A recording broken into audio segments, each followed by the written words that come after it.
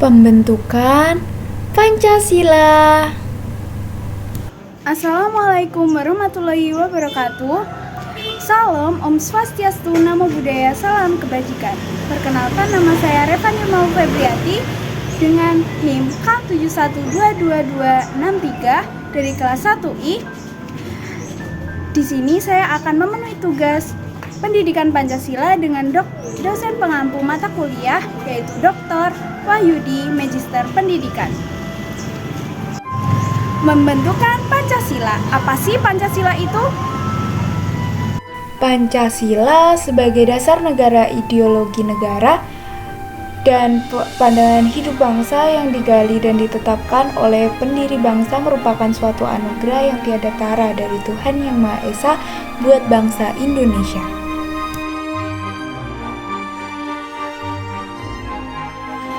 Sejarah Pancasila.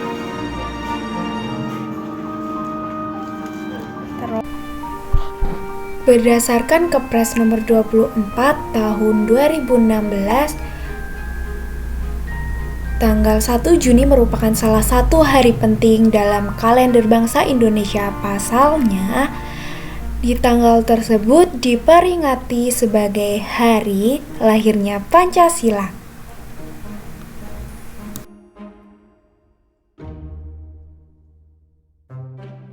Pemilihan tanggal 1 Juni sebagai hari lahirnya Pancasila merujuk pada momen ketika Dokuritsu Junbiko Sakai atau Badan Penyelidik Usaha Persiapan Kemerdekaan atau BPUPKI dalam upaya merumuskan Dasar Negara Republik Indonesia. Badan ini menggelar sidang pertamanya pada tanggal 29 Mei 1945.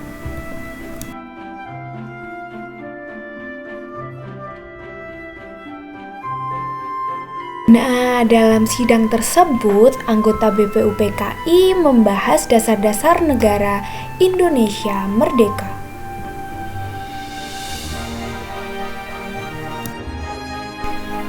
Dalam sidang kedua BPUPKI, Soekarno dalam pidatonya yang bertajuk Lahirnya Pancasila berkesempatan menyampaikan gagasan mengenai konsep awal Pancasila menjadi dasar negara Indonesia tepatnya pada tanggal 1 Juni 1945.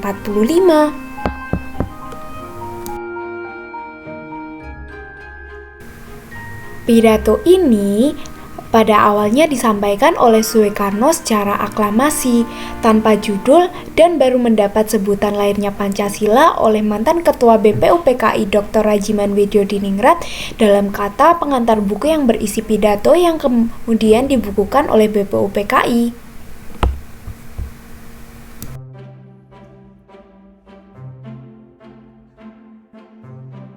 Nah, dalam pidatonya, Soekarno menyampaikan ide serta gagasan terkait dasar negara Indonesia merdeka yang dinamai Pancasila. Panca artinya 5 dan sila artinya prinsip atau asas. Pada saat itu, Bung Karno menyebutkan 5 dasar untuk negara Indonesia. Usulan-usulan para tokoh bangsa. Insinyur Soekarno. Sila pertama yang diusulkan Soekarno adalah kebangsaan. Sila kedua internasionalisme dan peri kemanusiaan. Sila ketiga adalah demokrasi. Sila keempat keadilan sosial dan sila kelima ketuhanan yang Maha Esa.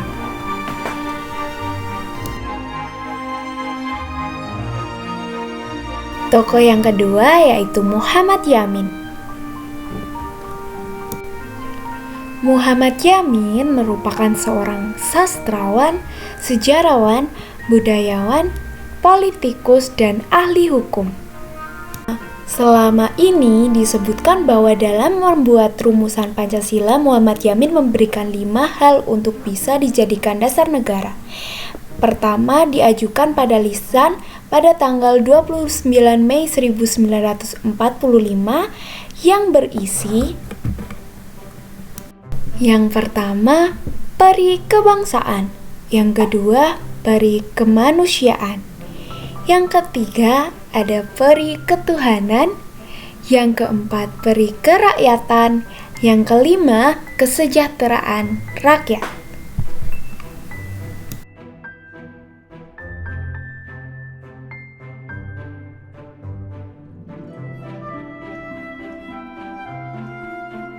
Tokoh selanjutnya yaitu Supomo.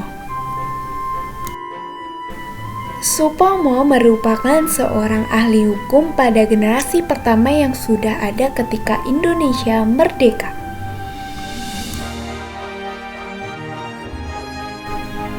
Selama ini dinarasikan bahwa usulan untuk rumusan Pancasila juga diungkapkan Supomo dalam pidatonya di sidang BPUPKI yang digelar pada 31 Mei 1945.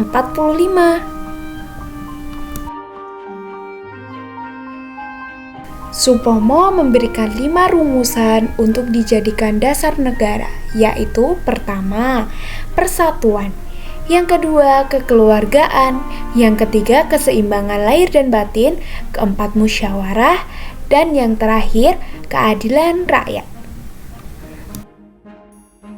Nah, di sini kalian jadi tahu kan apa saja yang diusulkan tokoh-tokoh dalam pembentukan Pancasila. Untuk menyempurnakan rumusan Pancasila dan membuat undang-undang dasar yang berlandaskan kelima asas tersebut, maka Dokurit Sujumbi Sakai membentuk panitia yang disebut sebagai Panitia 9.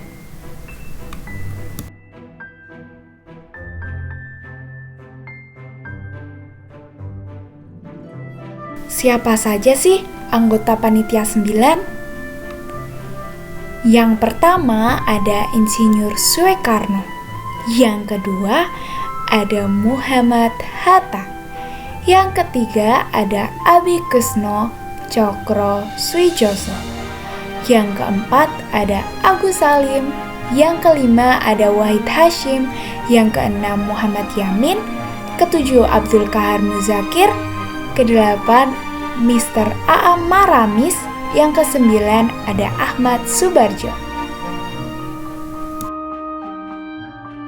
Setelah melalui beberapa proses persidangan, akhirnya Pancasila dapat disahkan pada sidang PPKI tanggal 18 Agustus 1945.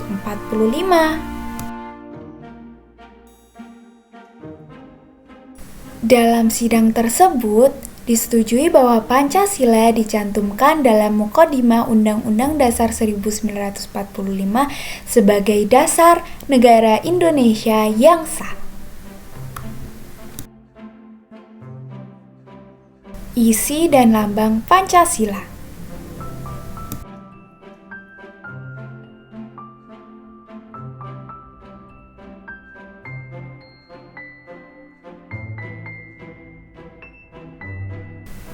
Pancasila yang pertama yaitu ketuhanan yang Maha Esa dengan lambang bintang. Rantai untuk sila kedua yaitu kemanusiaan yang adil dan beradab. Pohon beringin untuk sila yang ketiga persatuan Indonesia. Kepala banteng untuk sila keempat yaitu kerakyatan yang dipimpin oleh hikmah, kebijaksanaan dalam permusyawaratan perwakilan. Yang kelima ada padi dan kapas, yaitu keadilan sosial bagi seluruh rakyat Indonesia.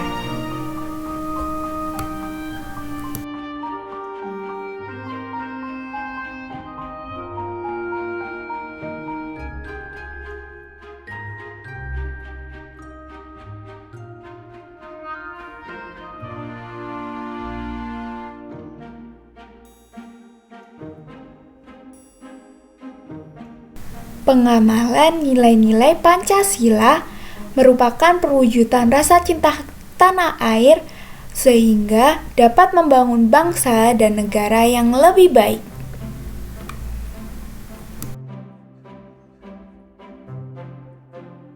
Nah, amalan apa saja sih yang berguna untuk mengamalkan Pancasila? mengamalkan Pancasila dalam bentuk sederhana seperti saling menghargai, bekerja sama, dan saling menghormati. Terima kasih. Sekian video dari saya. Wassalamualaikum warahmatullahi wabarakatuh. Bye.